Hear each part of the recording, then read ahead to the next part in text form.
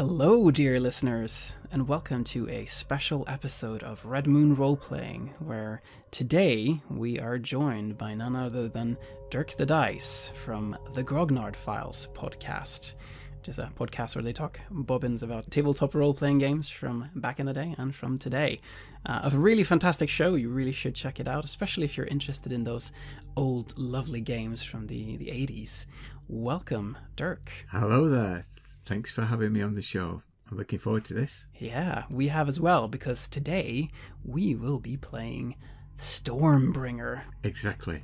Yeah, Stormbringer is set in the Young Kingdoms, the world of Michael Moorcock, and it was first released back in 1981 by Chaosium, and it's a glorious box set if you ever get a chance to get hold of a copy. And we're going to play that game, written by Ken St. Andre and Steve Perrin, and it really does capture the world of the Young Kingdoms. So, are we ready to play? We are indeed. Okay, so this adventure takes place on the Pale Sea in Tarkesh, upon the coast, and your two characters have met at Vornskold, a small village that's been recently blighted by attacks from a sea creature, a huge sea creature that has been terrorizing the fishing industry. And a few days ago, children were attacked on the shore.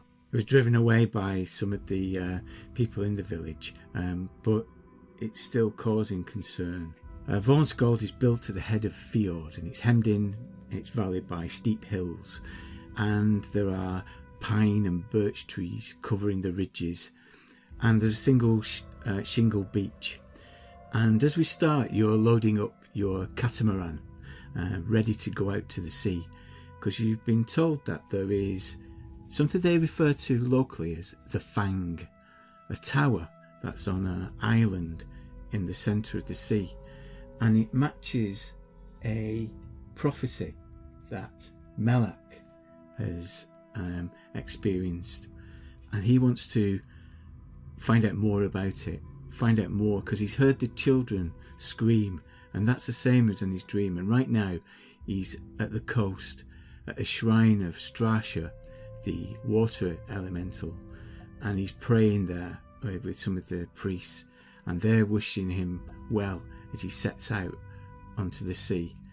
And Darak Gil Darsel and his brother has offered his catamaran to take him out into the sea. Do you want to introduce your characters to each other? Beginning with Melek de Goff, the young man that you see before you is red-haired, tall, and with a heavy frame. Ilmorian by the looks of him. Early 20s.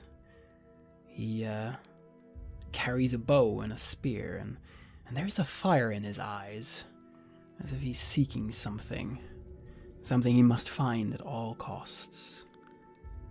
You see that he's wearing a cloak with a striking design depicting swirls of waves.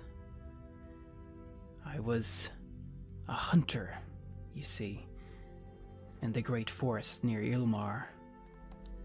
Mostly wolves. Good furs. And the Duke paid us for each we killed. More deer remaining for him to hunt that way. It was a great life, really. Hunting by day, drinking with my friends by the fire at night, and enjoying being young. No responsibilities to speak of, really. And no purpose in life. But that was about to change, and that's why I'm here. I dreamt. A dream so intense that it changed everything. I saw a panorama of endless waves rolling in from a far horizon under a grey sky. Something was incredibly wrong. I could feel it and hear it. The sound of the screaming children and the bloody foam forming around a black rock. The priests, they told me that it could only be a sign from Strasha, the Sea King, the elemental of water. He wanted something of me. There's something I must do, something I must find. I know not what, but I know that I must. I will find the source of this vision. I will set things right. If nothing else, then for my own sanity. And who do I see here in front of me? I am Derek Gildosal, a Tarkesh sailor in my late 20s. I am a man of the sea, as was my father before me and his father before him. It is a simple life, but it is a good life. I've never wanted more than to feel the fine breeze of the sea on my face and do well by King Strasha himself, who I respect greatly. After all, you'd be a fool of a sailor not to. I have lived in these lands with my brother my whole life, and for most of it, it's been a good life. Yes, sometimes there are troubles at sea. Sometimes the way of the axe is needed, but most of the time, it is not so. Still, lately things have been troubling. This creature, rumor has it, a creature perhaps created by hell itself, has been plaguing our lands. My brother has lost a son to it. I too have lost a son of late, and this has left me wondering if perhaps my legacy will not continue. And that is troubling, for I greatly wish to continue my line in service to the people of Tarkesh and the waves. I am a man of dark complexion with a wiry, oiled beard and black hair, and I wear lacquered wooden armor and carry on my back a great sea axe, as well as a few other small things. I do not appear to be a warrior by any means, but I certainly am a man of the sea, and you would tell from my lean, muscled frame. I am waiting by my catamaran, watching the sea. I know little of this stranger who I will help, but I do know he is guided by King Strasha, and that is always a good thing, so I will do my best to aid him as I can. So your brother, Mac, is loading the catamaran with some supplies for your journey across the sea. You're expecting to take several days up the coastline. And as you're leaving, one of the priests turns to Malek and offers him a black conch shell and starts to incant over it. Into the Fang, entrance to the dark overworld, crept Simnissa Malad. She was not afraid. The dragon prince slumbered in his den, trusting in sorcery for his sanctuary. He was a vain one. Sim proved him wrong. And you will too, Melak. And he passes you this conch shell and explains that within this conch shell there is bound an elemental, a water elemental, a gift from Strasha, and should you need to call upon Strasha, blow into the conch and you'll be assisted. I humbly accept this conch shell. Thank you, priest. Thank you. I will follow the visions wherever they take me, and I will defeat this thing. I will stop what is happening here. And I thank you for this item. I think it will be of great use. And I bow and yes, move towards the catamaran, towards my guide and his brother. Derek, give me an intelligence times 5 roll. So I think that would be 50% for you. 24. So when you hear this incantation, you're aware that when they refer to a dragon prince, it's not referring to a dragon. It's referring to Melniboné sorcerer or warrior that may have occupied this place, this tower that you're approaching.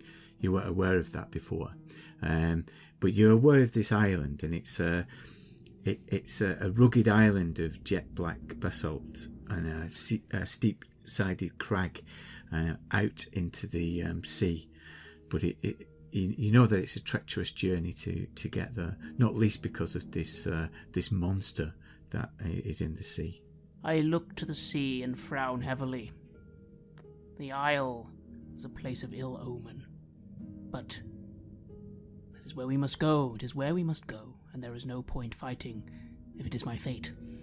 I will turn to regard this man who approaches and give him a respectful nod.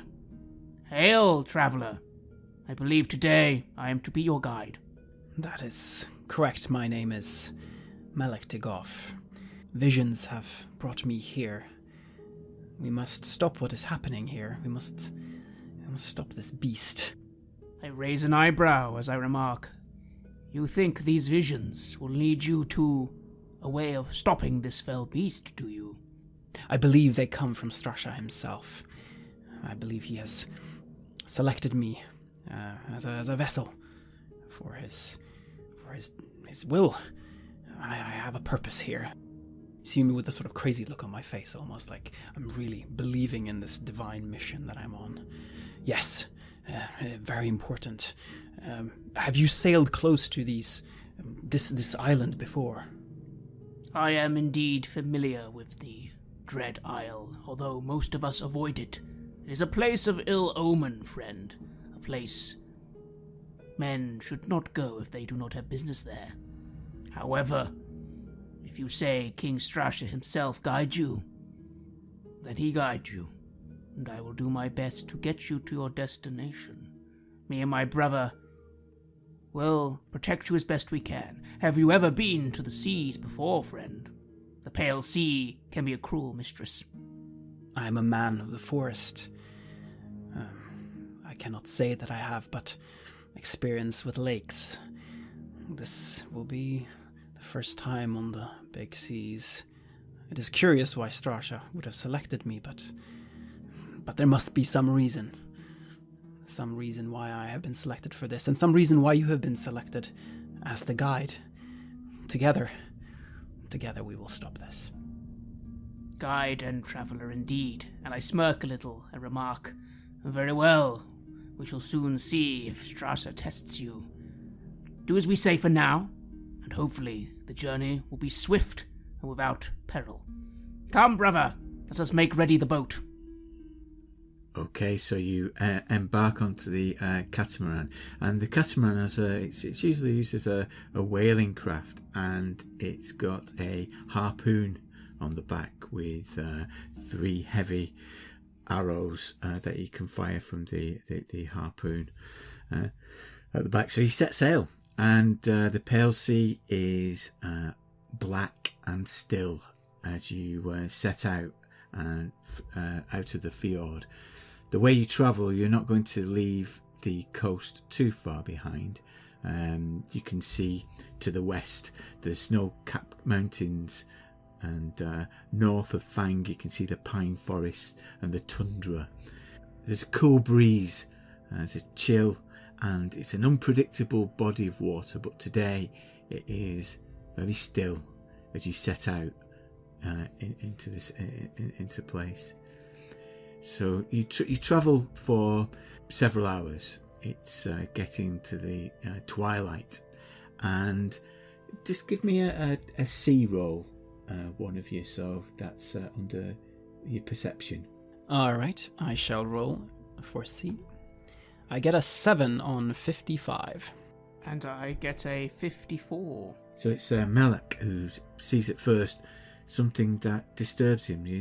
You noticed for the last, for the last couple of hours, there's a gathering, circling of seagulls. Look like seagulls, but on closer inspection, you notice that they are deformed in curious ways.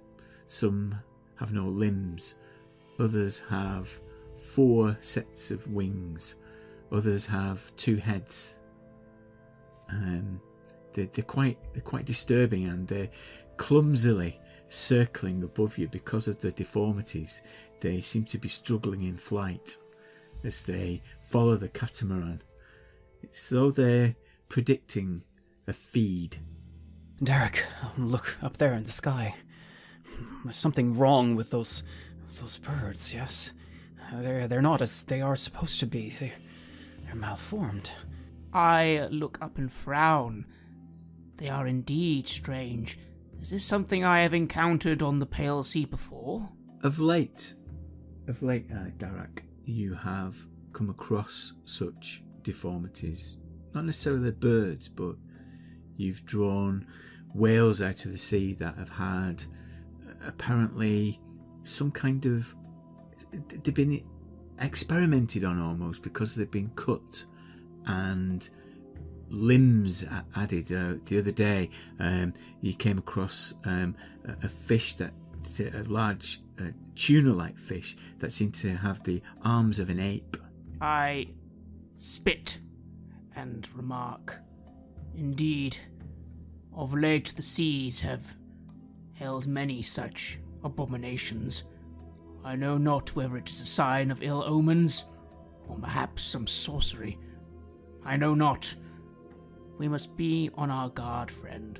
Watch those birds carefully. I shall, and I bring out my bow, just in case. I mean, they're just small birds, but there's something very wrong with them, and having my weapon ready makes me feel better. And I go to my brother, and I simply remark, may King Strasha guide us and protect us on the waves, brother. This is an ill omen. What do you think? He starts sobbing. He's got one steel eye that he looks up and says, you know, we're reaching the end of days, brother. I can see only ahead grief and suffering. Ahoy! Ahoy! And he points up ahead, and he can see in the distance the horizon is broken by a humpback structure. It seems to be drifting. It's a dark shape, floating. It's about a mile away. I frown and quickly move to the forefront of the boat. I wish to get a closer look at whatever this object is. Okay, do you want to roll a C again, using your perception skill? I believe that is 10? So 000 is 10, isn't it? that's 100. Is it? Oh! That's oh no, it's the opposite. It's the worst possible roll. That's a fumble. So Derek becomes alarmed by it because you think that it may be some kind of creature up ahead. I frown a little and remark, quick! Ready your weapons, this could be something approaching. Hurry! And I rush to get my sling ready and sort of get myself at a stance. I try and start directing the boat away from colliding with this thing, which I think might be coming towards us. Someone should man the harpoon, yes? It looks big. I have no experience with a harpoon, so I'm sort of looking at the brothers and hoping that they will take that job. Mac stands and he says, "I will take this, hunter. I know what I'm doing."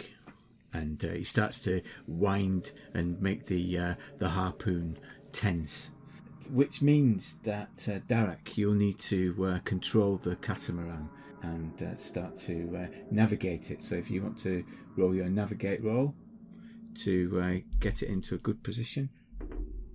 19. That's good. So you catch a wave and send it on one of its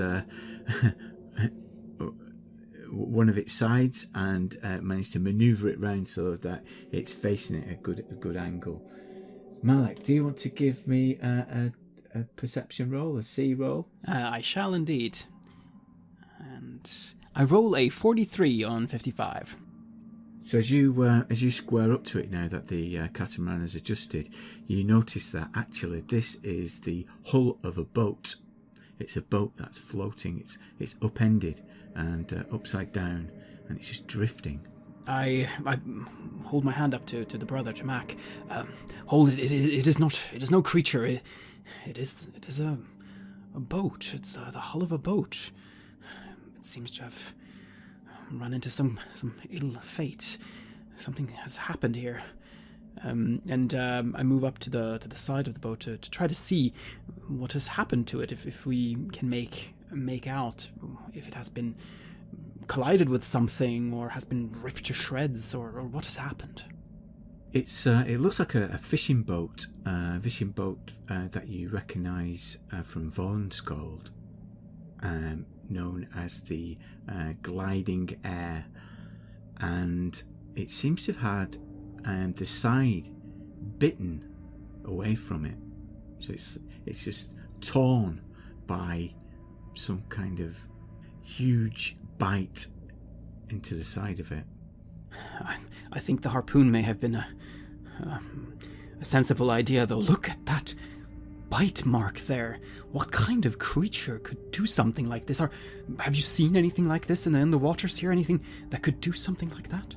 I asked the brothers. I sigh a little as I look closer, a little annoyed at myself for mistaking a boat for a sea creature. I must clearly have been distracted by the omens. And I remark, this looks like the work of what we call the shield. That is what we are calling the beast that plagues our lands these days, although I have not seen it myself. What do you think, brother? It looks like the creature that has brought tragedy upon us all. It looks like these people have fallen foul of the creature too. And I sigh and take to a knee and offer a little mutterance of respect to whoever fell here and now no doubt serves King Strauser himself under the waves. And I remark to Malak, this is the creature that you say you saw in your visions, or you believe could be destroyed. As you can see, it causes nothing but suffering and woe to our people. Then it must be stopped. But we must find the source of this, and the source of it, I believe, is around that island, that black rock. Let us make our way there. I nod and immediately go back to getting the vessel ready to move. I do not wish to linger here any further. I don't think there's anything worth taking, and to be honest, it's disrespectful to take from fellow sailors in these circumstances. And so, I try and set us again on the course to the Fang. So you set course, and Malak, before too long, it's getting dark now, and you can see something that looks familiar. You can see the horizon, a still horizon, the Black Sea, and in the centre of it you can see a mass of black rock, almost like a tusk coming out, a twisted tusk coming out of the sea, about 200 feet high, a spire piercing the sky. I look at this sight and I suppose I pray, I recite a poem. Waters of the sea, thou gave us birth, and were our milk and mother both. In days when skies were overcast, you who were fire shall be the last. Sea rulers, fathers of our blood, thine aid is sought, thine aid is sought. Your salt is blood, our blood you salt, you blood the brood of man. Strasha, eternal kind, eternal sea, thine aid is sought by me. For enemies of thine and mine seek to defeat our destiny and drain away our sea. And then I look towards the island and I look to the brothers. We are here now. Indeed, and our time has been good. But wait a moment. Refresh yourself, as I quickly go to collect a little bit of the rations I would have packed on board our vessel. Salted meats, and of course some water to refresh. I will collect the food, help myself a little, and say, come, friend, partake of something to parch your thirst before we venture further. I thank you. We will need our strength. I expect that whatever we will face here will not be an easy match. We may not return from this. You are aware of that, right? I sort of look to my brother for a moment and seem a little melancholy. I look to the sea itself and say, if that is what fate dictates. Although I confess, friend, it would cause me grief, not for my own life, but for those we leave behind. As you're speaking, you can feel a great swell of the sea, and the catamaran seems to lift. Both of you give me a balance check, so that's under your perception.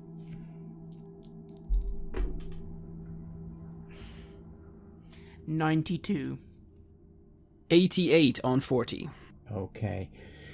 So is it, as there's a swell, you both are knocked to your feet. It seems to almost lift the catamaran out of the water, and both of you lose your footing.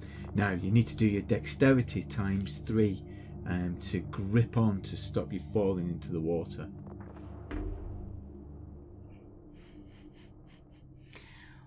Well, I can tell you with a 67, I definitely do not pass that test, as I completely am taken surprise by the sudden movement of the boat. And I roll a 33 on 48, so I am able to get up somehow, I suppose. Yeah. So at the moment, Malak is hanging on to the edge of the catamaran. He's got hold of a rope. Fortunately, Mac has managed to stay to his feet, and he's trying to bring the craft under the control. Meanwhile, Darak, you are in the water, and you can see a huge creature. Imagine, if you can, a shark crossed with a seal. A great white shark crossed with a seal. It's grey with a snout, but with its mouth lined with triangular teeth, and it moves at speed towards you. I am filled with a rush of adrenaline and fear at the sight of... Is this the shield? Maybe. It certainly looks like a creature from hell itself.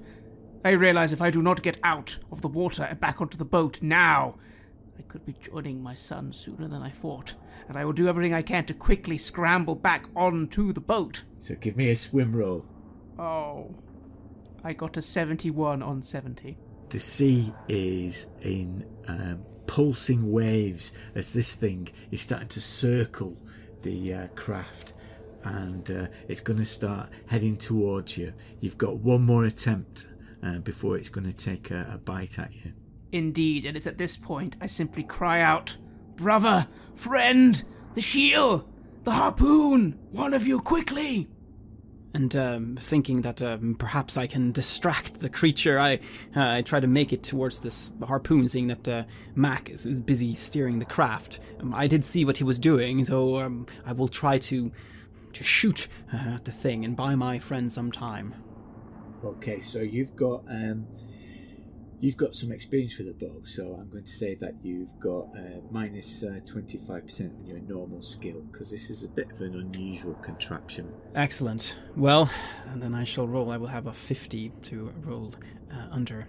I move the harpoon and I put this creature in my sights, and I press the firing mechanism, and I roll a 4. A 4? Wow, so that makes that a critical hit. So with critical hits, it means that you roll the damage and double it. And for this harpoon, it's 2d10 plus 2. 2d10 plus 2. Then first we roll the damage, and look at that, that's 2d... that's 2 10s, and plus 2, so that's 22 times 2. That's 44 damage. Okay, so where have you hit this creature? I must have hit it straight in the eye. If it has eyes that are visible, it must have been a very sensitive spot like that.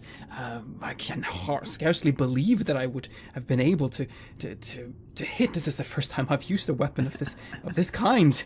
I thank Strasha for his guidance. Obviously, he's with me. Well done. And meanwhile, in the sea, Darak, you're going to scramble there. It has burst, apparently, an ink sac that this creature has in its glands, and the sea's filling up with a inky blackness all around you as you start to scramble. So give me another swim roll to get to the catamaran. Indeed, I look relieved for a moment at a successful hit on this creature, but please, King Strasha, please, this one time let me be free from your waves. 20. So you need to clamber on, so that'll be a dexterity times 5 to get back on board. So you've managed to swim up to the catamaran. 46. My dex is 9 times 5. Have I just failed? Yes, you've just failed. Yes, I have by 1. Yeah. So you're still in the water, you're in control, but you can't get on board the catamaran.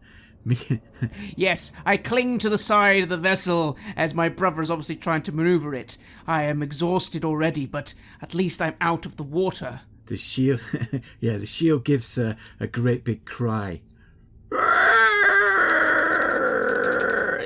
Rams into the craft, and it misses. It's disorientated by the arrow that's sticking in its eye, and this great burst of ink is spraying out in a splay across the catamaran.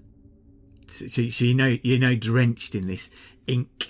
I start to reach for another one of these arrows. I try to get this ink out of my face.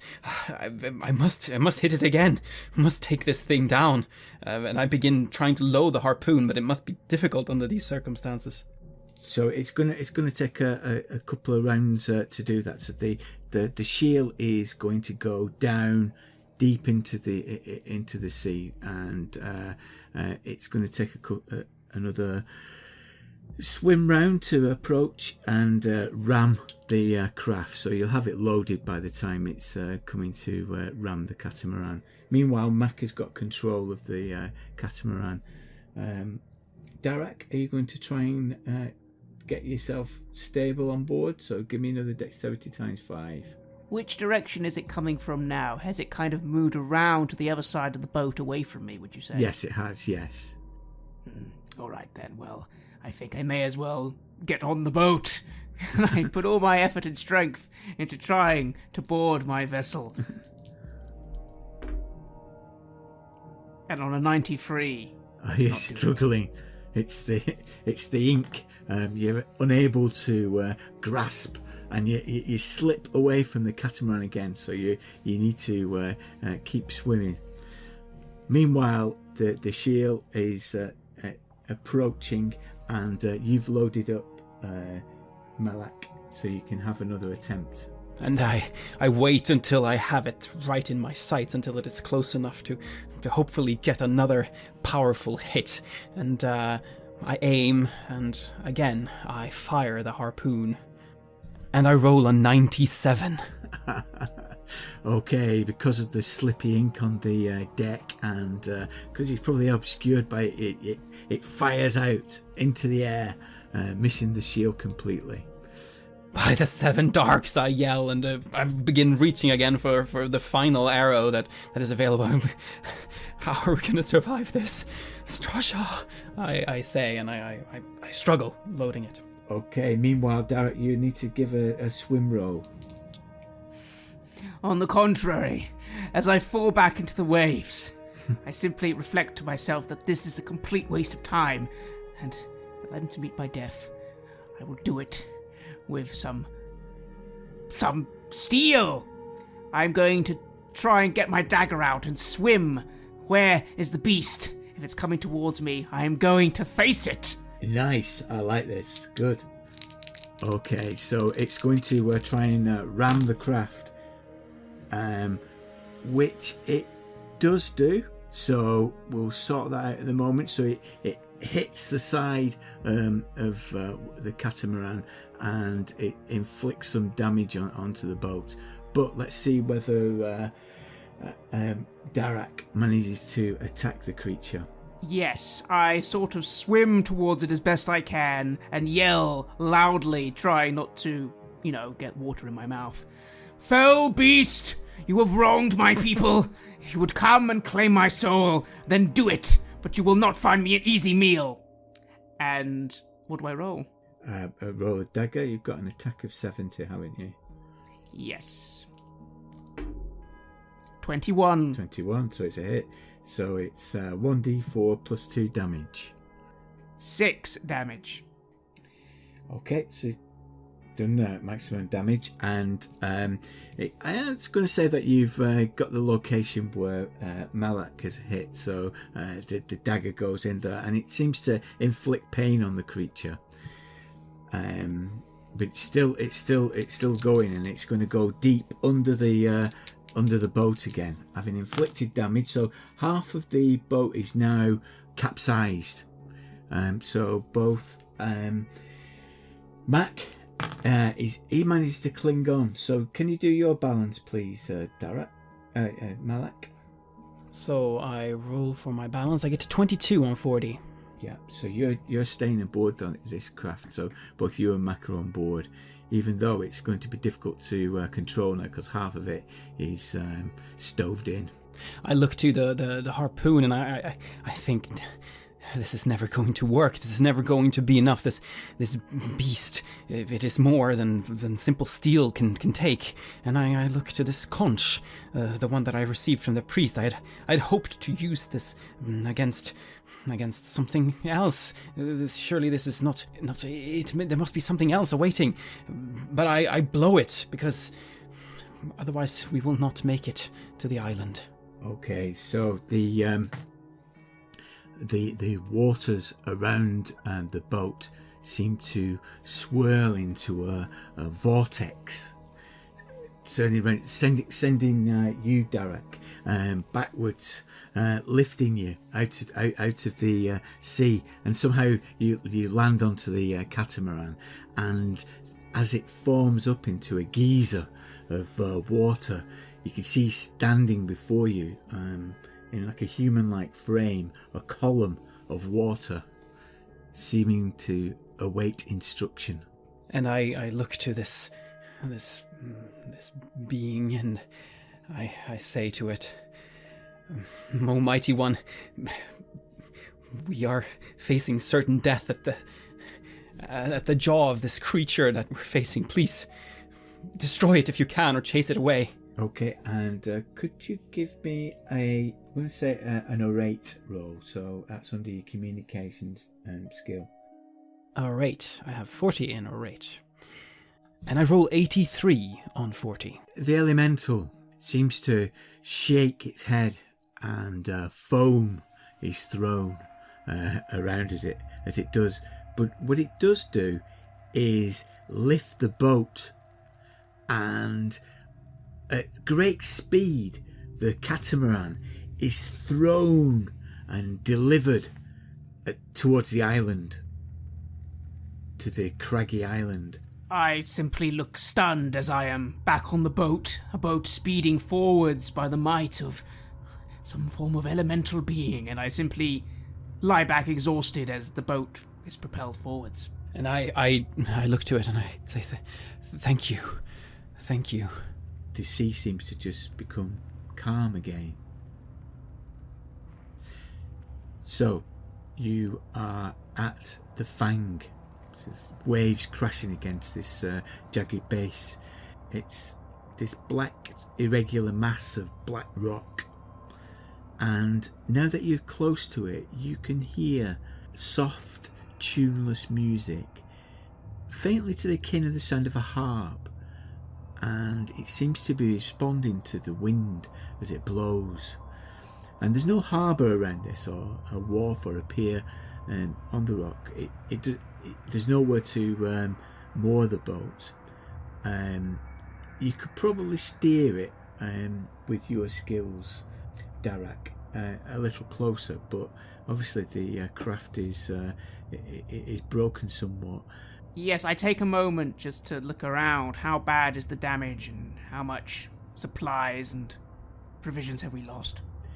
When you look, you're disturbed to see that the sack containing your rations has slipped out into the sea, and the craft is quite badly damaged. You could probably do some makeshift repairs on it, but it's going to take longer to get back to the village.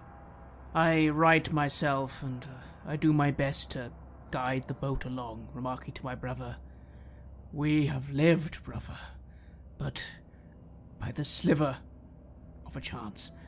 Thank you, Malak. You've saved me and my brother both." Thank you for delivering us here. We are where we need to be.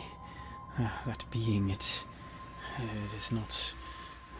It's not of this world. There's something behind this. Same as with those birds. Whatever it is that's causing it, I'm sure that we will find it here on this island. I just nod and begin trying to guide the boat a little closer safely, thanking King Strasher that while he gave me a test, I somehow came out unscathed.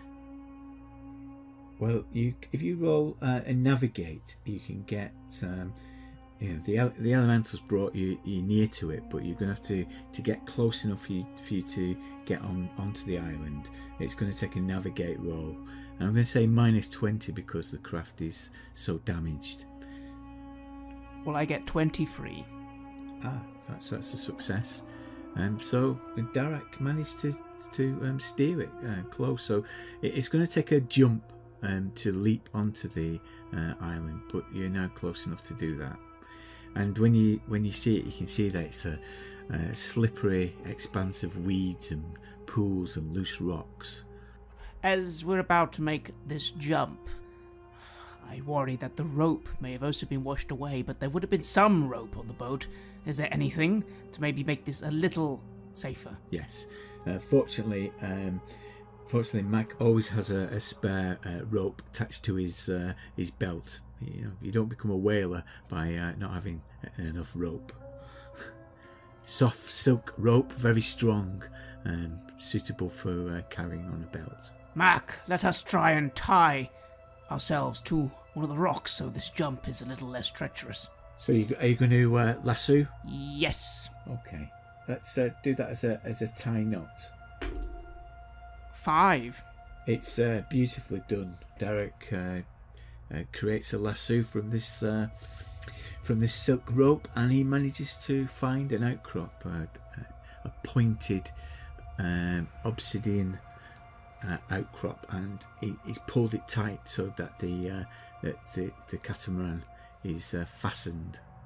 And I remark, "See, I am not completely new at this, despite my earlier performance." So because of that, I'll give you plus 20% onto your jump roll to get across, because you've got a bit more of a stable platform now. I hold up a hand, remarking that I'll go first to make sure it's safe. And yes, I will jump with 20% added on, which is good because I got 55. So you land at the other side onto the island, into a rock pool. Before we go any further, I take a quick look about me. What can I see? Are there any dangers afoot? There's nothing there. You just see this great big spire looming above you. So you're on this rocky outcrop that forms the base of this spire, but there's nothing except the mutated seagull circling it. It is a fell place. Still. Malak, come, your turn. Brother, perhaps you should remain with the boat. What say you? He nods in agreement. He's rather concerned that you're down to the last harpoon. He'll keep an eye out for the shield. And I make ready to jump to the island, following Derek's example, and I shall roll. I also have then plus 20 because of the rope, so that would mean I have 60, and I roll 14 on 60. So you do it with grace and elegance and land at the other side. And I bring out my bow and have it at the ready. I know not what awaits us here, Derek, but as you say, this is a fell place, and I do not like the looks of those birds. They are here. This is must be the source of them, and is likely the source of that shield as well. Well, though my task was simply to guide you here, as I said, me and my brother owe you our lives. I will come with you, friend, to whatever fate awaits. That is good. That is good to hear. Say, do you hear that music? It sounds like a harp. I know not what would make such beautiful sounds on an island as fell as this. I feel it cannot be good. Perhaps you are right. Well, it is as good of a sign as any that we have. Let us see if we can locate this. If it is not the source of this fell sorcery, perhaps it is someone who can be of aid to us. I nod and motion for him to lead the way. After all, he is the one guided by the visions. And I shall do so willingly. As you approach the spire, you can hear the sound of a gurgling, of scraping coming from the sea. And as you turn, emerging from the sea are 5, 6 men from beneath the sea. They're clad in rusted armour and tattered and rotting clothing, and their bodies are sodden and swollen and have a bluish tinge. The weapons are dented, and they've got white eyes staring blindly from their faces that are peeling, and you can see that there are eels coiled around their stomachs, and they seem to be eating bits of their flesh. And the blue lips seem to part, and you can see teeth visible where their cheeks used to be. What is that? What do you think? Can we take them, or shall we make our way to the spire? I stay low. I am filled with a sense of dread.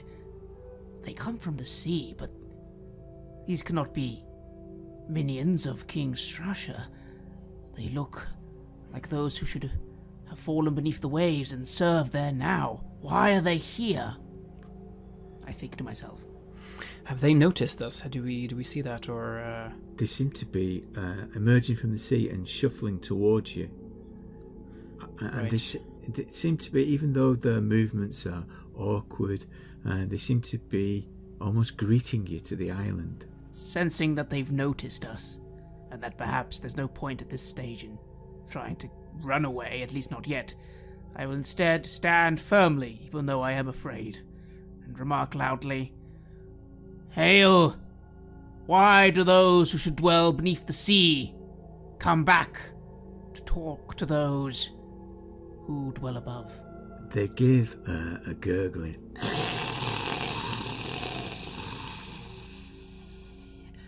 And if you give me a memorise roll, Darak, let's see if you find these people familiar. It should be under your knowledge skill. I do not have a high skill in memory, but let us see. 73. There's something about them that is familiar, but you can't quite place. It seems that what they're wearing does come from Vormskold, your home village, but from some time ago. But you're not quite familiar where from. They seem to be gesturing and guiding you towards the tower, beckoning you. So they do not seem hostile. They are not reaching for... Do they even have weapons? Yeah, they've got various chipped weapons in a state of disrepair. They look like they've been, they look like the survivors of a wreckage. I look to Malak. I know not what the dead want with us, but they do not go for their weapons. Perhaps we should simply let them be and continue. They want us to go to the Fang, after all, it seems. It does indeed seem that way. And then perhaps we can avenge them. Perhaps they have fallen to whoever is there. Perhaps they are dead because of them. I nod and remark, "If you are not our foes, we shall go to the tower. It is our goal, our fate. If you do not try to stop us, we shall leave you be. The leader seems to open his mouth and a mutated sardine falls from his lips. And he seems to be leading you down into an alcove, a crevice within the Fang. Then shall follow. They know this place. We do not.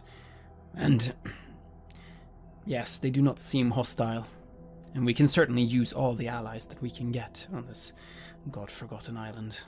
Yes, I shall follow my new friend, always casting a weary glance at these dead men. Perhaps they do seem familiar. Are they fellow seamen? Maybe. So there's a doorway outlined in the rock, and when they touch it, it comes open, and they open it towards them, and this leader bows and bids you to enter.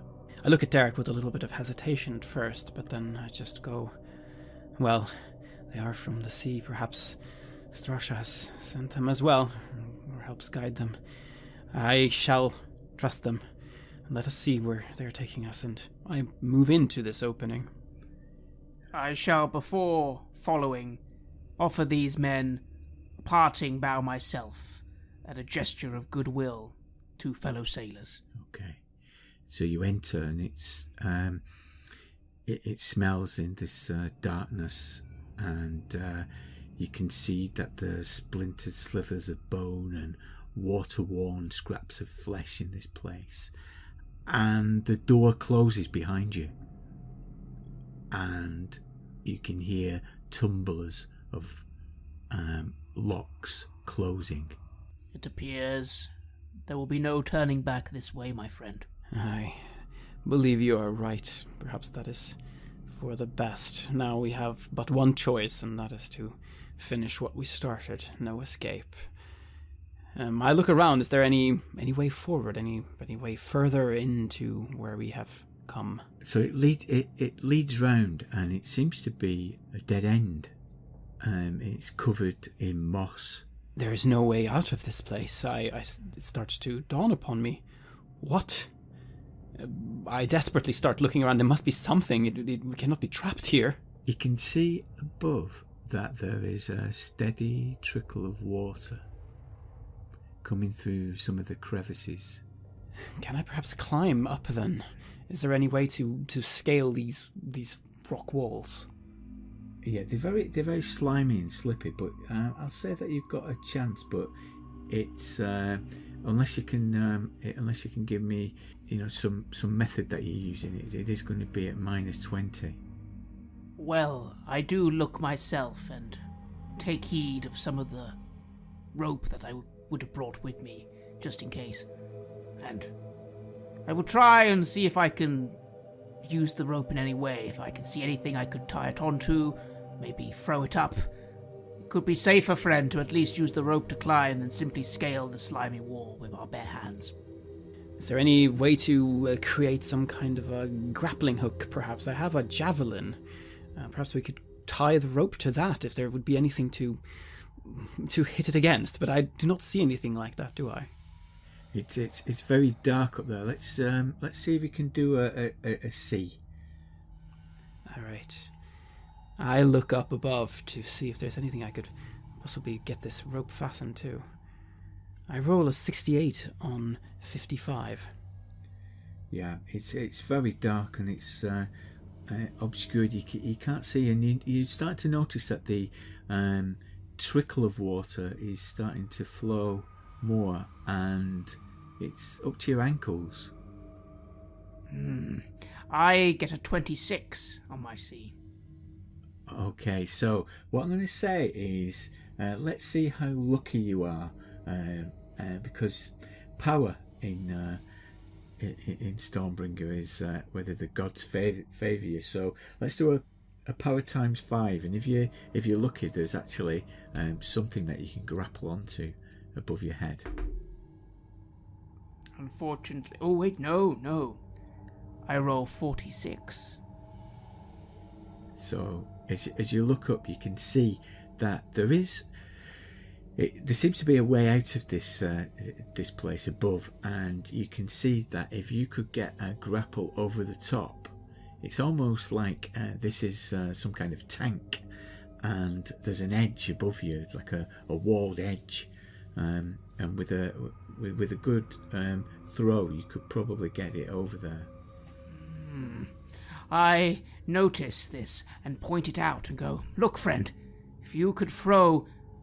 Let me tie my rope to your javelin. I think perhaps you should do this throw.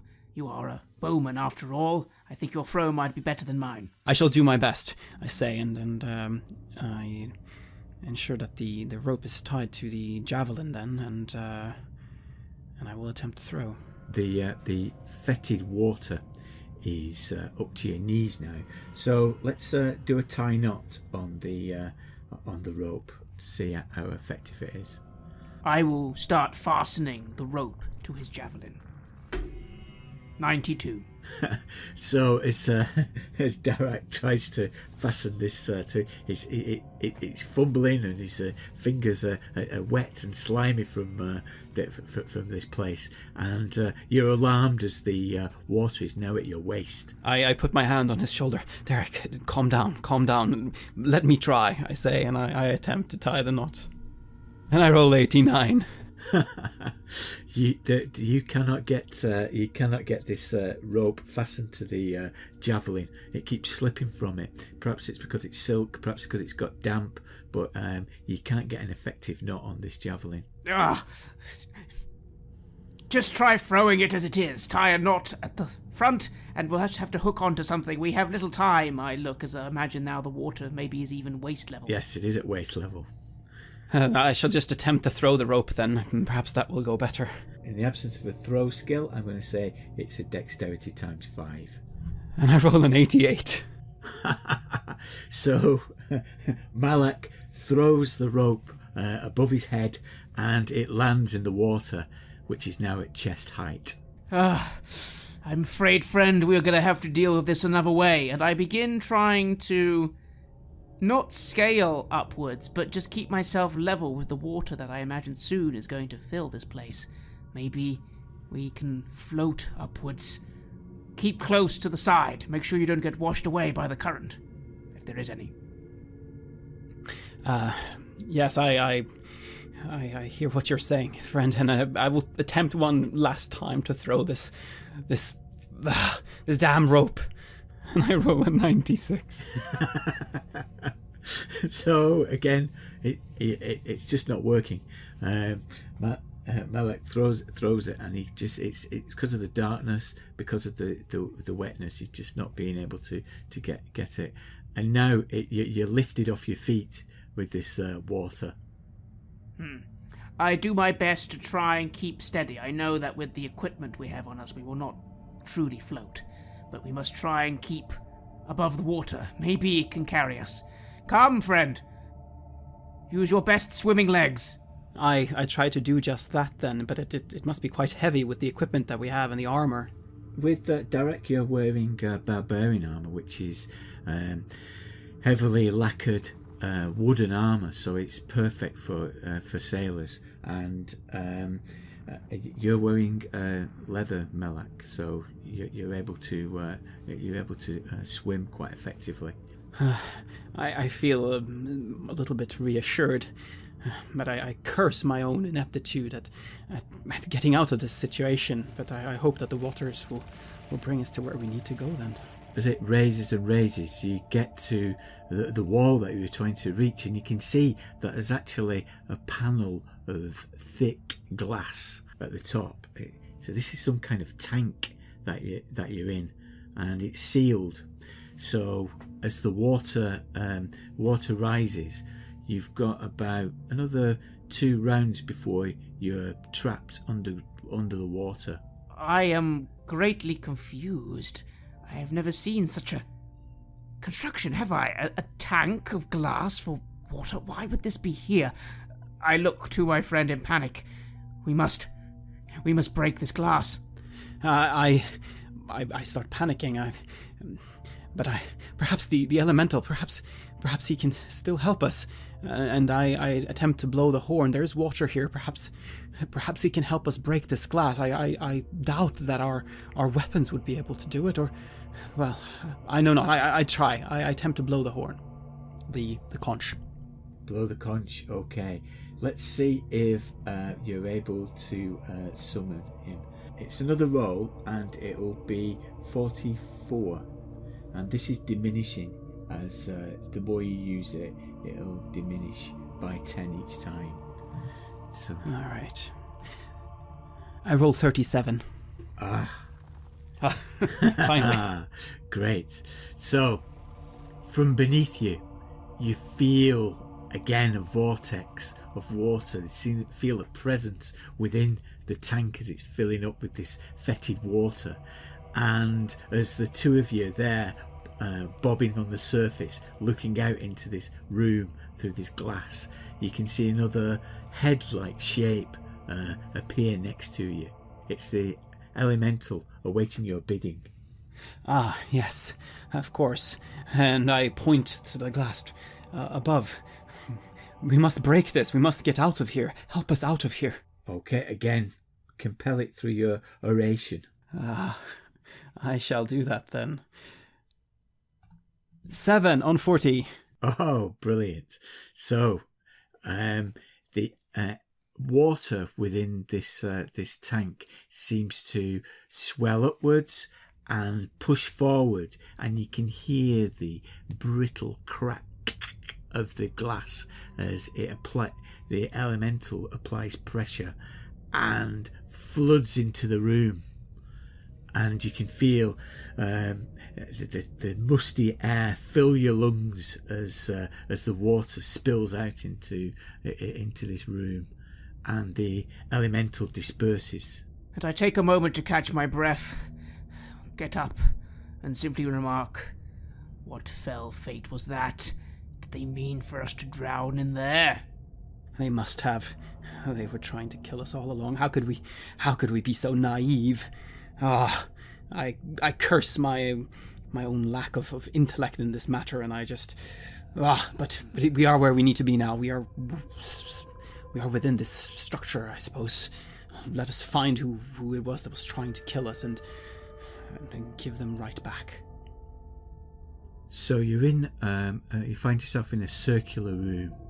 There are tallowed candles burning around the edges of the room, and to your alarm, it is filled with tanks and cages filled with foul abominations, homunculi, two-headed monkeys, seemingly mixing with each other, and they see you and they shriek in their cages at you.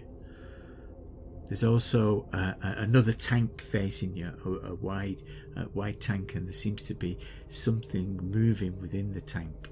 I try to make out what is in the tank, if it is some kind of beast, or is it someone like us that has been trapped in here? It looks like a coiled, silvery eel.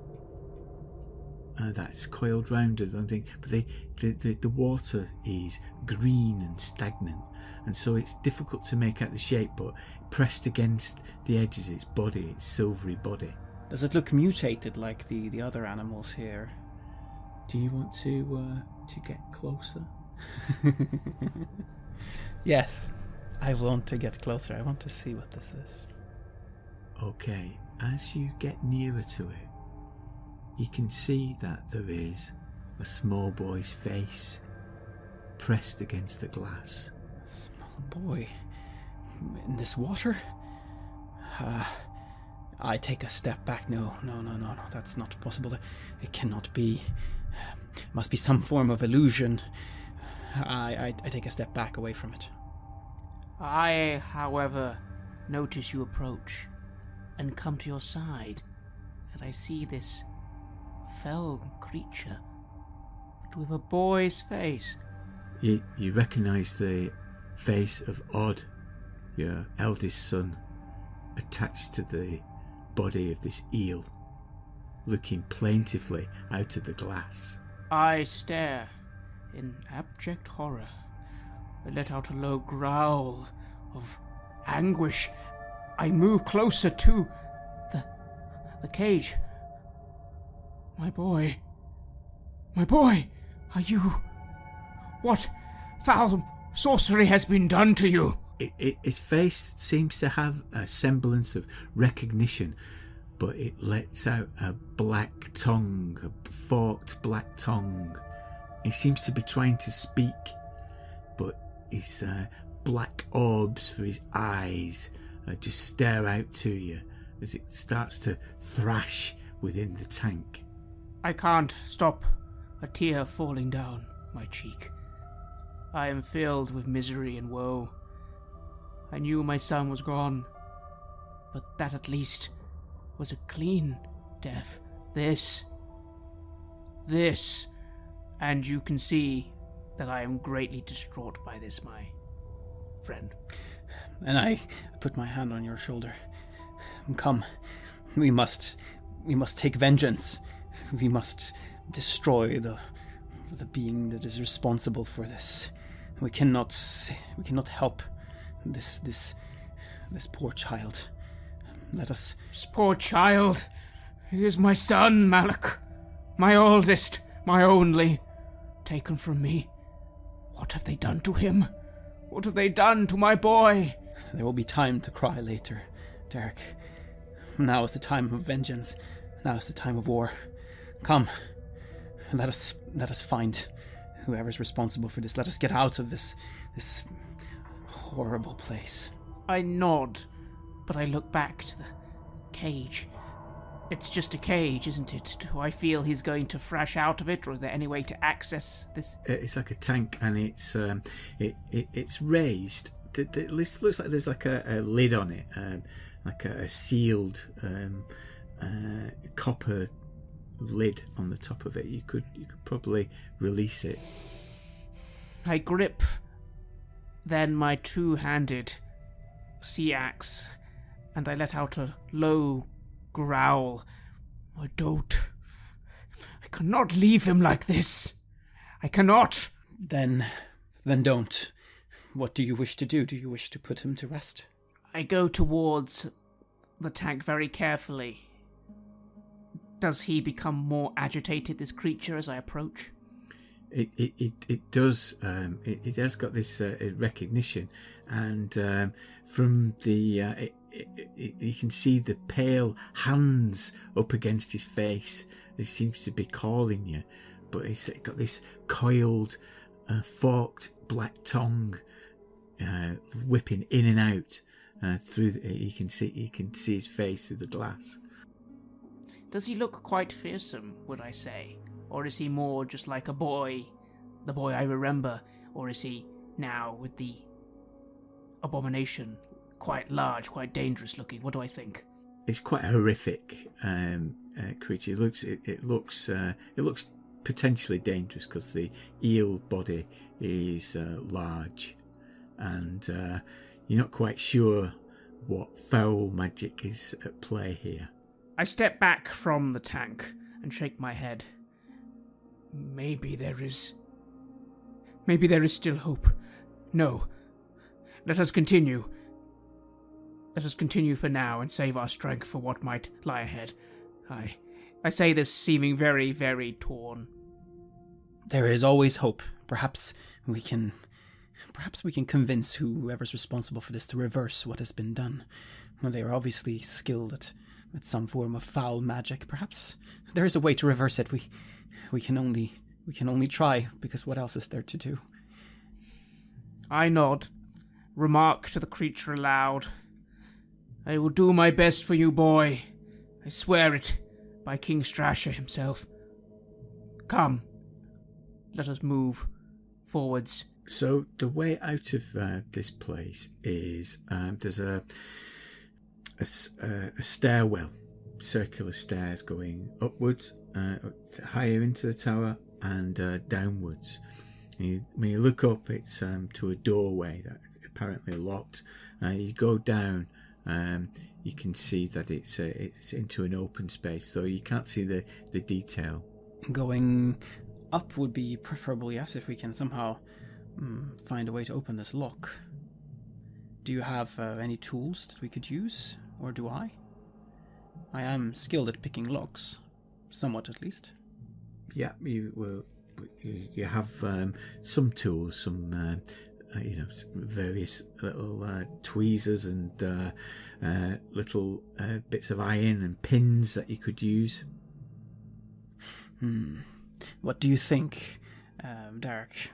Shall we try to open this door and go up? I simply nod. Yes, I realize that my friend is not in a very good emotional state right now, so I just proceed with my plan and I begin trying to pick the lock. I roll 85 on 50. And the lock is intransient. It just doesn't seem to move. It seems of a design that you're unable to crack. I frown at his obvious failure and in frustration bellow, "Out of our way, door!"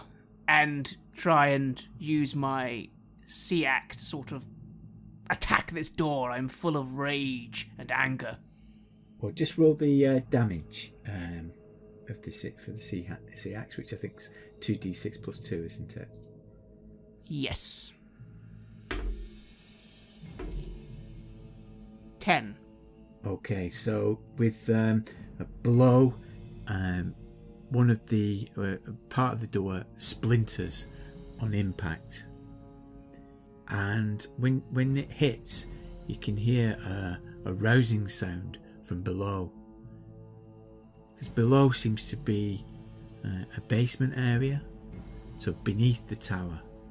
And when you make this noise and this exclamation, there seems to be rousing below. Readying my bow, I look behind us. Oh, we might have awoken something. Quickly, break down the door. I nod and will take another swing. 5. So with that blow, you do enough damage to cut a hole into a door, enough to get your arm in to open it from the other side and release the lock. So as you do that, you get the door open. And I fling it open. What do we see on the other side? On the other side, you can see what looks like a library area filled with various tomes that have been collected and a bedchamber. You can see that on the spines of these books are the hieroglyphs of High Melniboné writing and in gold leaf on the sides of these books. I take a step in and look around. Do I even know how to read? Probably not. Certainly not this level of writing. It's very advanced and esoteric. Quick, come in here.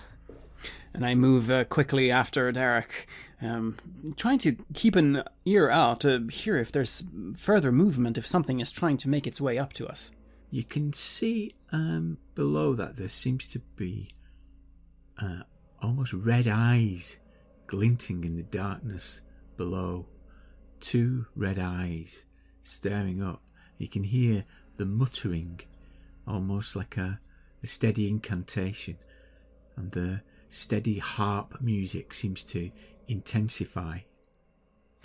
And the harp music, is it coming from up above, or is it coming from... Yeah, high above. High above. But this whoever's below you seems to be making some kind of incantation. That is not good. I move quickly towards it, hoping to put an arrow into it. If it's some form of sorcery, I must finish it before it's able to cast its spell.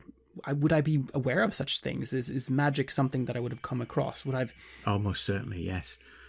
So you're going to try and get a shot on whatever's making the noise? Yes. So I knock an arrow and I fire at these red eyes and this being that's doing this incantation. And I roll 86. I have attack 75. That is no good. It seems to interrupt the flow of this steady incantation. Ora kotaske. Era Karoka. Zikara.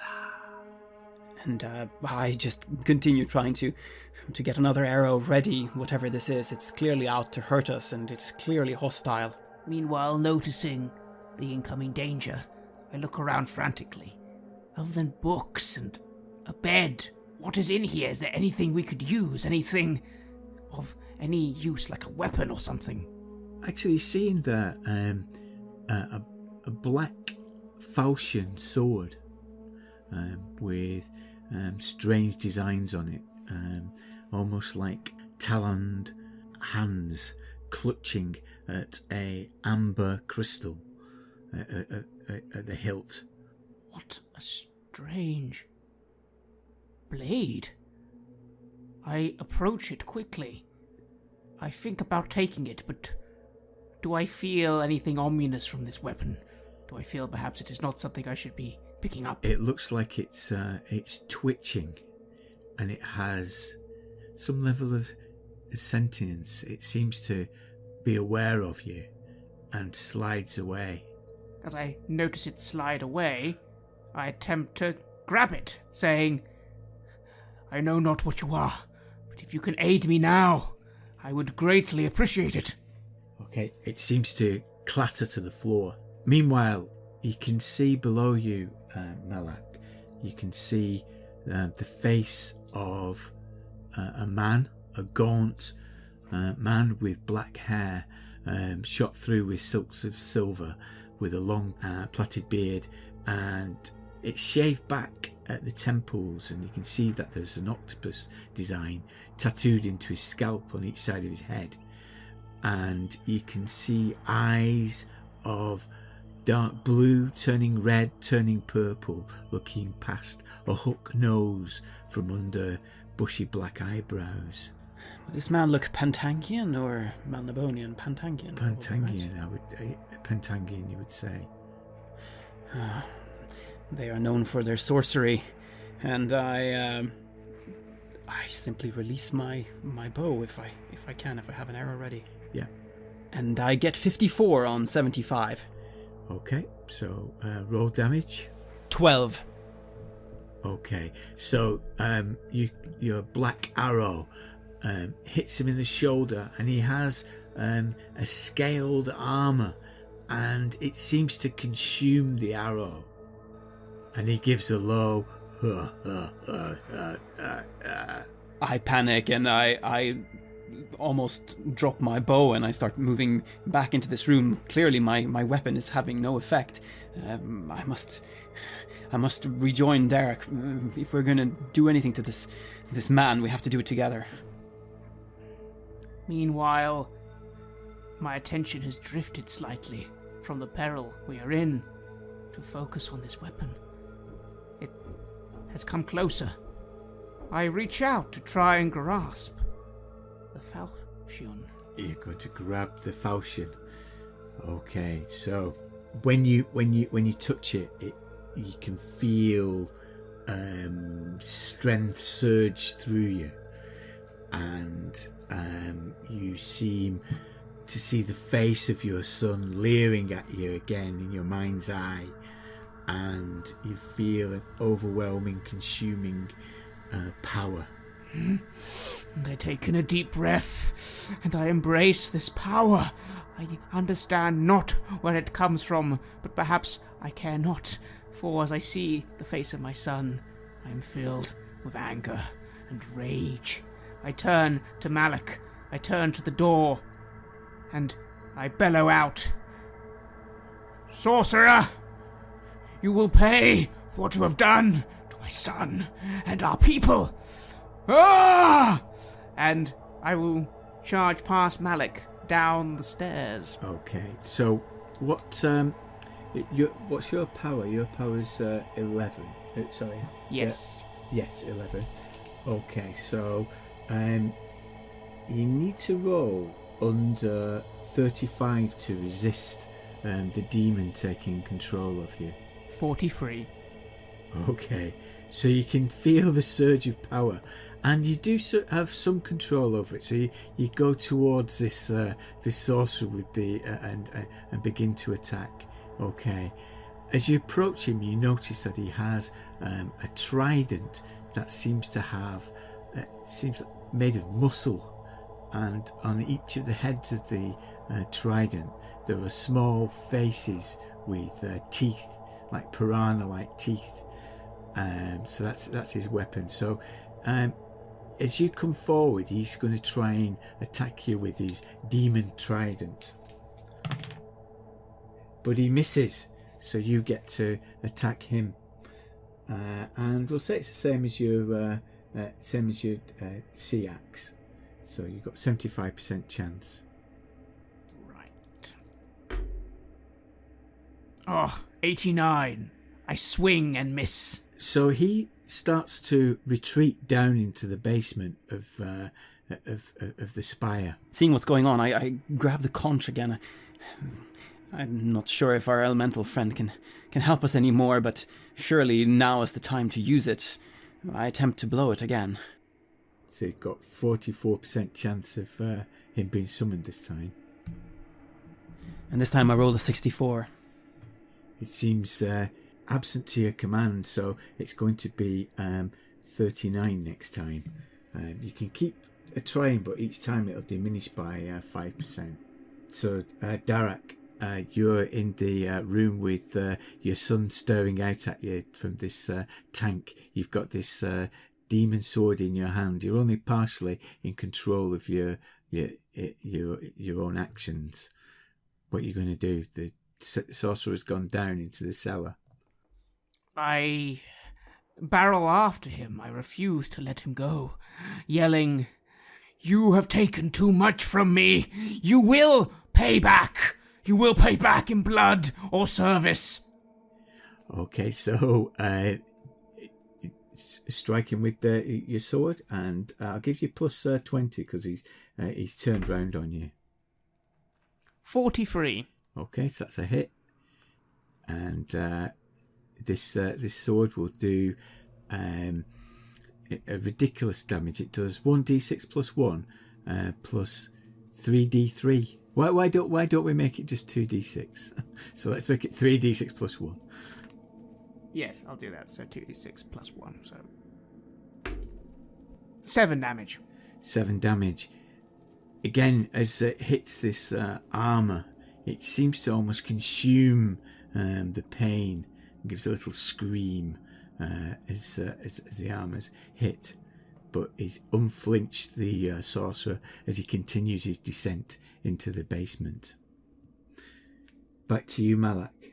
And I see no other choice here. I again blow the conch, and this will be the last time I attempt this, and then I need to try something else.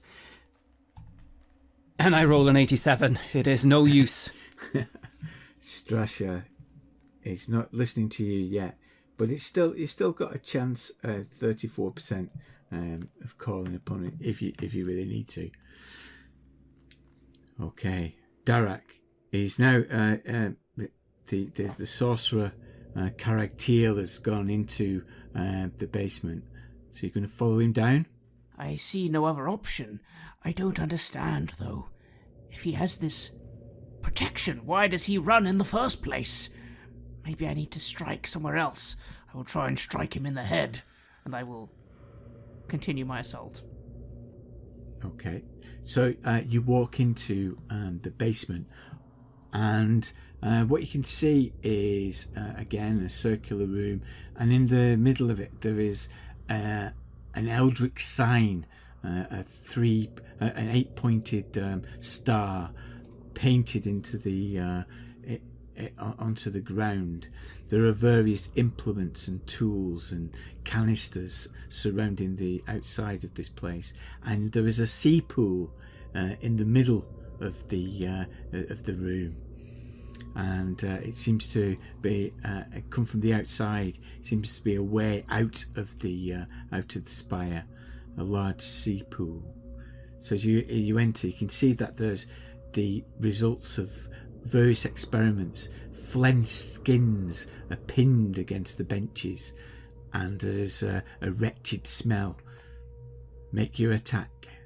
And just as I am about to make my attack, and I take this seed in, I simply remark, "You, all the fell horrors, they come from you. Why? Why do you torment people so, fell sorcerer?" And I make my attack. Make your attack. 27. Oh, 27. Okay. He doesn't try and parry, so you do your damage. So it's 3d6 plus 1, we said, didn't we? 8. Okay, that's a good hit, but again, it doesn't seem to penetrate his armour. I think at this point my rage almost feels abated as I am striking and striking at this foe and nothing seems to work.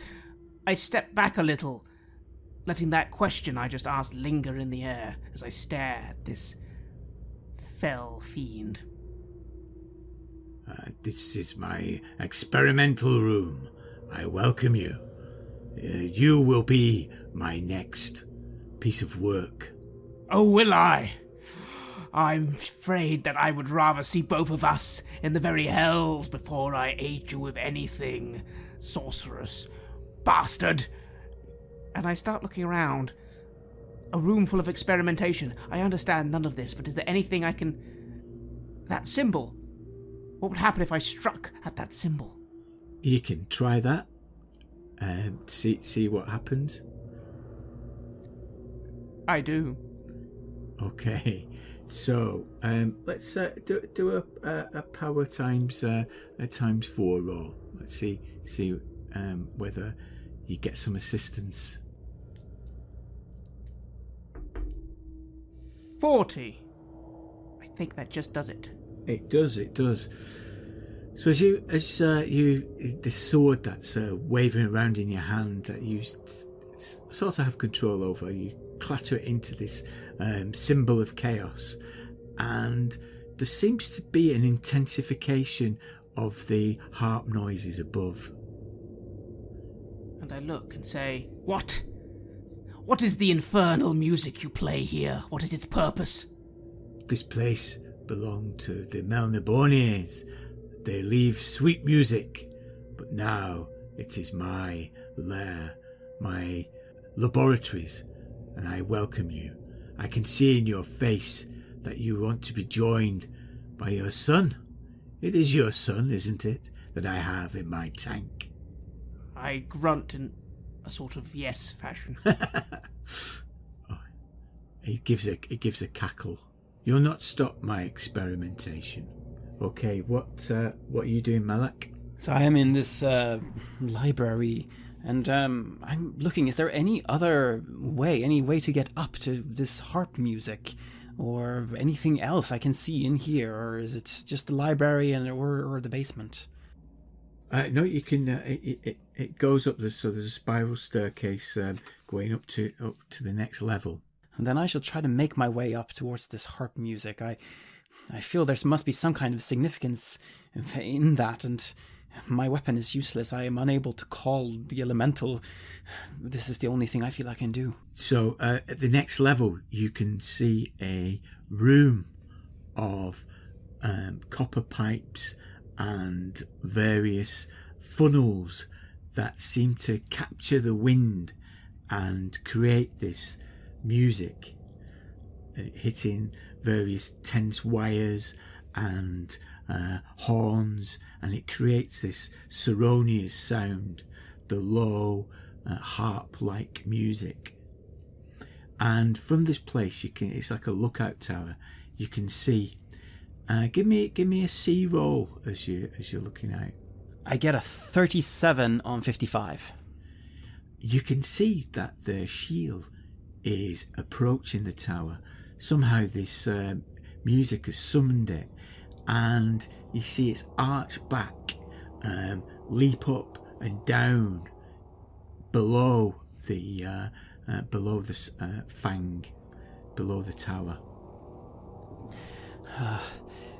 There's pipes and tubes you said here that are picking up the wind. Perhaps if I were to blow the conch here, perhaps the sound that I make here could be amplified somehow. I think to myself, and I will give it a last attempt. I like your description, so I'm going to let you add your power to this roll. All right, my power is 8. Yeah, so you can add it to the 34. All right, that gives me to roll under 42 then, and I roll an 8. Okay, so where is the elemental going to appear? Where do you want it to appear? Wait a minute, you said that the shield, it is headed towards here. It is headed towards the island. Yes. Is it possible to get it to strike at this pool, to come at the sorcerer, perhaps to get it to attack its master? That sounds good. So you're going to shout this through the pipes. Yes. I like the sound of that. So what I say to your orate skill, you can add your power again. All right, that would give me 48. And I roll a 12. Okay, so back in the basement, Darak, you've hit this strange symbol, and the sorcerer is going to attack you with its demonic trident. It's like a thing made of sinew and muscle, and it's coming towards you. So you can either dodge or parry this. I will dodge. Okay.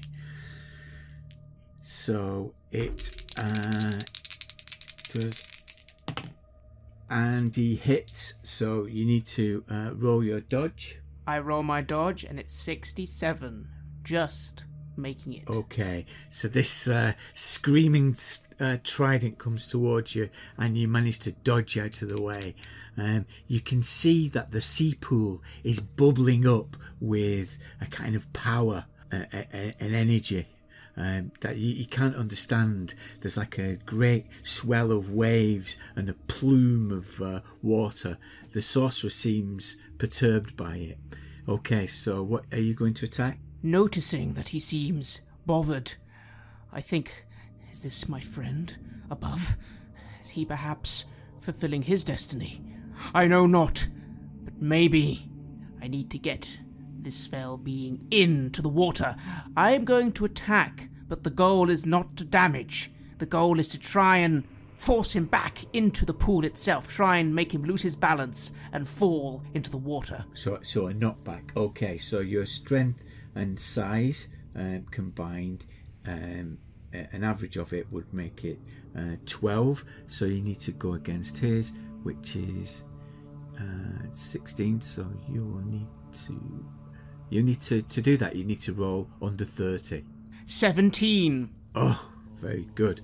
So as the sorcerer lunges towards you, you push forward, and this great plume of water rises, but it doesn't seem to be attacking. Malak, are you doing anything from the top of the tower?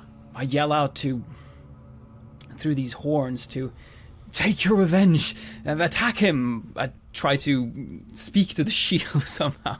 Okay, so you're barking these orders out, and it's bellowing through the horns across the sea, aided by Strasher and the elemental.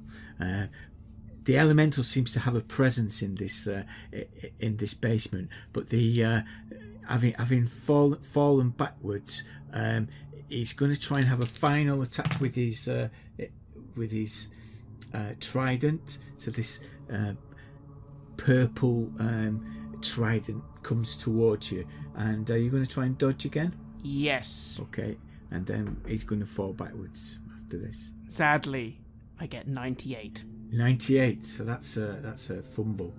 Not only do you actually slip, so he's going to do some damage.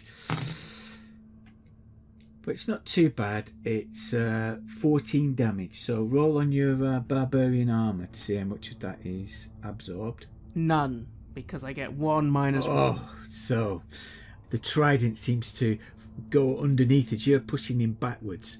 It goes underneath your armor and does 12 points of damage. So you've got hit points of 14.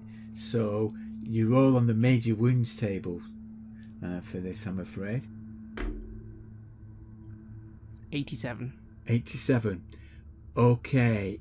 It takes out your right leg, and this thing shatters your femur as it bites into his leg. But he's falling backwards, and just at that moment, the elemental propels the shield into the room. Its great big gaping jaws coming towards the sorcerer. So it's going to try and attack the sorcerer. And it knocked 6, which makes that just short of a critical, I'm afraid. But this is going to damage it. If you want to roll the damage of the shield, shield's bite, it does 4d8 plus 4. That is 30 damage. 30 damage. Okay, so the sorcerer is gripped in the jaws of the shield, and it's the shield's triangular teeth crunching down onto his armor.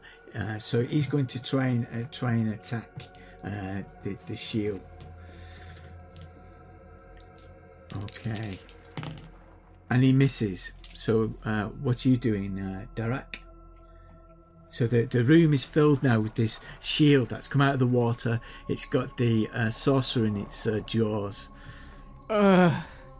Well, I kind of collapsed to the floor, losing a great deal of blood from my missing leg. I kind of roar in pain and feel my vision blurring a little. And yet, I suppose somehow I'm still alive. I simply bellow in frustration. I kind of let the sword drop and kind of reach for my sling. I can't stand, but maybe I could just sort of feebly try and load one rock and aim it at this fell sorcerer. Maybe I can distract him enough for him to meet an end. As I do this, I yell, "I care not if I die, King Strasher, but aid me in felling this foe." You can see as you call to Strasher that the canisters around the sea pool seem to contain constrained elementals. They seem to they're filled with water, but they seem to have pained expression. The water forming into screams and wails like monks scream. And so they seem trapped within these canisters. And as I notice this, even though I'm starting to lose my mind a little to the pain, perhaps this is all just a dream, I think, no, I will not aim at the sorcerer. I will aim at one of these jars, calling, "If these are your minions, King Strasher, I free them for you!" And I try and fire my sling at one of these jars. 45. Okay, so these things are glass, so one shatters, and it seems to send a domino effect of these things being released, and before you know it, there is the chamber is filled up with water that forms into small beings, or human forms, around the place, and they're wailing and shouting as this shield is biting onto the sorcerer. Malak? I'm standing up there where the horns are, and I feel like I must go find my friend. I must go and try and do something directly. I don't think there's anything more I can do here. So I start making my way towards the basement. Yeah, descend down there. And we'll say you get there quite quickly, so you can see below, you can see the sorcerer in the grip of the shield. You can see that the bottom of the of the basement is filled with water, and these shapes forming into writhing bodies, and you can see in the middle of it your friend with a leg bleeding profusely. I must take this sorcerer down. I shall put an arrow on, and I will fire on him. Perhaps I can distract him so that the shield can do its work. Okay, I'll give you a plus 20. This counts as an ambush because he's not aware of you. So you get some advantages on that. So let me see if I can get that. So if you want to roll to do that. All right. Well, with the pluses, that is no problem. I roll an 85. I have 75 normally. But it's plus 20, so I hit. And if you want to roll your damage... I get 8 damage. 8 damage. And I'll let you roll damage again and add it. And this time it is 12, so a total of 20 damage. So the an arrow hits the sorcerer. And again, it seems to get consumed by this armor that he's wearing, but the shield seems to be biting into him. But he's starting to try and chant. He's becoming very concerned that the water that's in the sea pool seems to be building up, and you notice, Melek, that the water is no longer salt water. It seems to be a natural spring water, and it's filling the place. This seems to be an intervention from Strasser himself.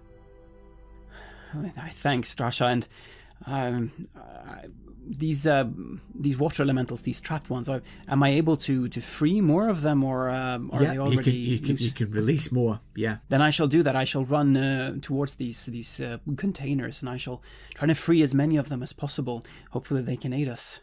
Darak, you're now rising from the ground because the water is filling up the chamber. Yes, I start to rise up a little, ironically giving me a bit more movement.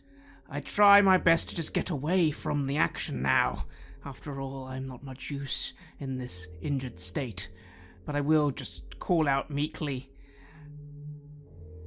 "Minions of Strasser, aid us!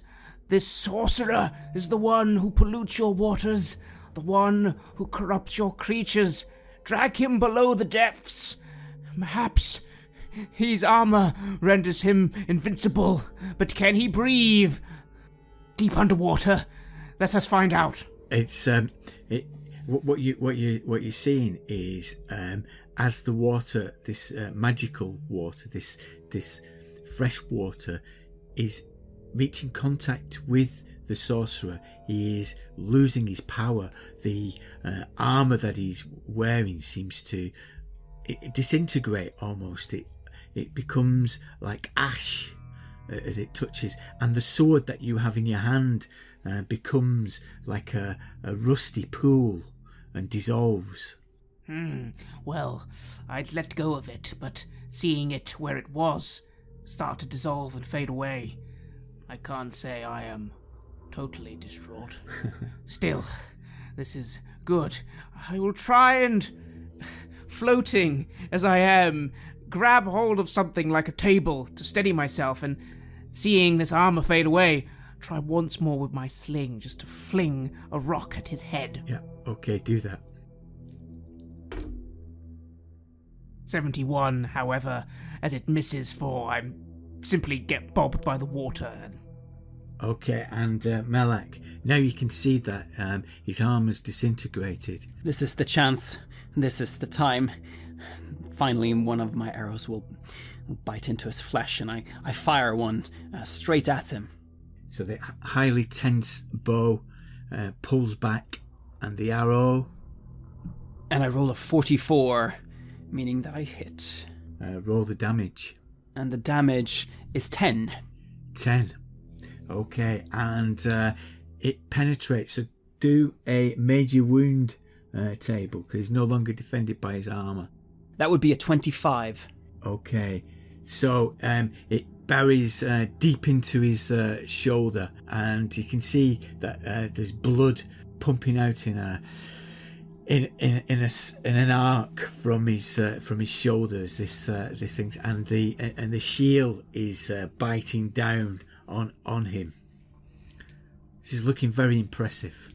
Okay, so up to you, Darak. You're now floating, sling in hand, and you can see that Malak has just released this arrow from the stairwell. And I will once again try swimming a little in his direction to the stairway, and again just sort of try and throw a sling at this creature. 48, which is a hit. It is a hit. Roll the damage. 2 damage. 2 damage, and is that for the shield or for the sorcerer? For the sorcerer. Sorcerer. Okay. The sling shatters his skull as he lets out a final wail, his power dissolving with the contribution of Strasser and your attacks. The sorcerer is no more, and he's swallowed whole by the shield. I see this, and I feel elated. I feel joy, but then I feel fear. What's going to happen now? The basement is rapidly filling with water now. So you need to get out of here. It seems to be consuming the entire place. And then try to get up and try to get out. But how? Was there any kind of windows or anything in the library area? Yeah. At the ground level, you can see that there is a door that will take you out onto the island. Then that's where we go. Well, you go. I would be struggling up the stairs at this point, trying to pull myself up, looking woozy. I noticed this, and I run up to my friend, without whom I would have had no chance at this. Come, we must get out of here. I tried to pull him up and try to pull him with me, and we tried to take him outside of the tower. So you grab hold of him. He's having difficulty walking himself, and the water is now rising. So you've got 2 rolls to drag him out of there. So it's using all your strength. So give me 2 strength rolls in strength times 5. So I think it's 50%. The first roll is 48. So you barely drag him out of the stairwell and to start dragging him towards the door. Can you get him out to safety? 39. 39. So he's outside, and you gasp air, and you can see that the water is now flowing out of the doorway and starting to consume the place. Up ahead, you can see that Mac has done some repairs onto the catamaran, and he's beckoning you because he can see that there are cracks forming in the Fang, and the structure seems to be splitting. I look up in confusion, delirium from my wound. I start to laugh. We have toppled the Fang Tower. The sorcerer is slain. Yes. Perhaps my son is avenged. Perhaps now I die. You will live. You will live for him. You will live in his stead. You will go back home, I say, and as I pull him towards the catamaran, we will leave this place alive. Okay, so now are you going to get back onto the catamaran? You need to jump across or somehow get across to the catamaran. Meanwhile, there are rocks falling from the Fang as it starts to tumble. So you're going to need to give me a dexterity times 5 roll to avoid being hit by debris as you're doing this. I get 42 on 80. I get 3. Oh.